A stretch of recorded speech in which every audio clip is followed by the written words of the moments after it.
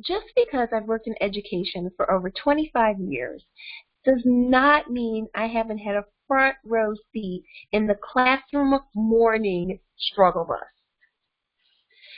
It's no surprise that young children have separation anxiety, but I am surprised that not every teacher has tissues near the front door, not only for the child, but sometimes for the parents. A mood duster can also lighten things up for everyone, providing both a tickle and potentially a smile. A transition box is a tool that can contain photos of the family and a child's favorite toys ready in the cubby and near the room entrance. Toy phones are also helpful since some children love to pretend to quote-unquote call mommy and daddy after they leave. Kissing boxes. Kissing boxes are little boxes that children have drawn on that contain imaginary kisses from their family. Another great tool to help children, especially young children, transition into a classroom is an anxiety bag, where they have written down all the things that worry them when they leave their families, and also some coping tools in the bag, like bubbles or pinwheels to help you take deep breaths, or even a stress ball. Lastly, books with pictures of family members in a child's cubby can also be really helpful to make that morning transition. Speaking of books, books are a great way to teach morning routines and procedures. And if we use books as a tool to teach academics, why wouldn't we use them to teach social skills? After attending my workshop, this teacher made books of all her morning routines and then sent copies of the books home to families.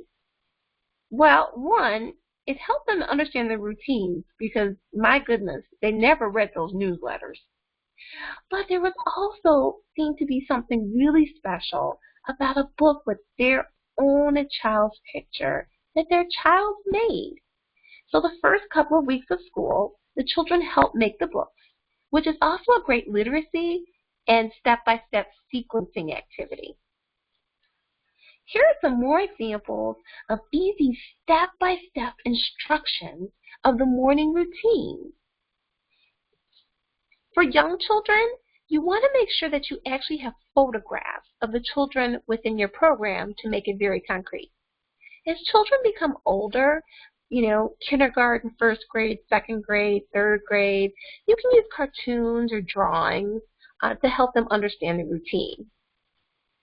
These are some examples for older children. When I taught high school and middle school, I also had multiple classes, and so I had several routines. So you can also label the routines, fifth period, third period, and kind of set them apart. Make sure you have morning procedures, and also for older children, turning in assignments, what to do if they had missed a day, so where to put things. Also, how to enter the classroom. What should they do as soon as they walk to their desk? I got off the struggle bus once I realized I could delegate and make morning routines easier.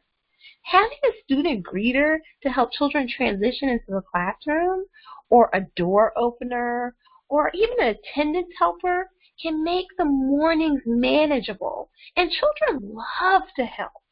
And I need children of all ages. Check out my YouTube channel where I have a video about how being the morning greeter transformed a gang member. Delegating responsibilities to the children in your classroom helps the children to develop a sense of belonging and community. For older children, middle and high school, I love using entrance slips. Entrance slips can be in the form of a ticket, which kind of gives children something to do as they enter the room. Because believe me, they're going to do something. I just hope they do what's on the entrance slip. So here are a few examples of how you can set that up in your classroom. You can have tickets, There's also on Teachers Pay Teachers where you can actually download some examples or templates of entrance slips. You can also do it as a simple Post-it note. And some teachers actually tie this into their attendance. So as soon as a child comes in, they know that the child is in attendance by looking at their entrance slip, and that's the way they count how many children are in their classroom. Well, after you do all of this, there is always one or two children that just don't seem to catch on. When this happens, I try to create individualized visual schedules. You can hold it up to a child. What should you be doing? As you see in this example here, where actually the child has one visual in their mouth. You can also place it on a desk or a locker or in a cubby. Then another idea is that you can also have them work with other children. So another way to delegate is to have a transition buddy, or sometimes you have children working in groups together, so they can be a transition teams as children enter into the classroom.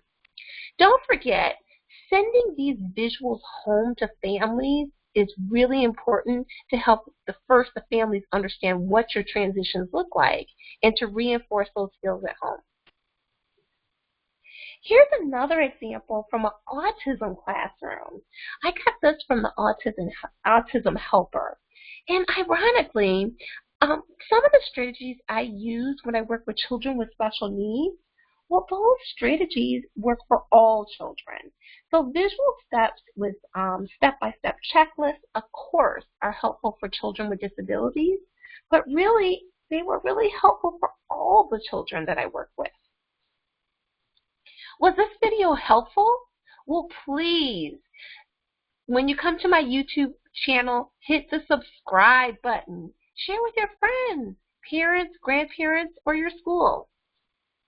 I love to join with you on social media, so please like my page, Simple Solutions Educational Services, or be my friend, Angela Nelson Searcy. I'm also on Twitter and LinkedIn. Thank you for listening.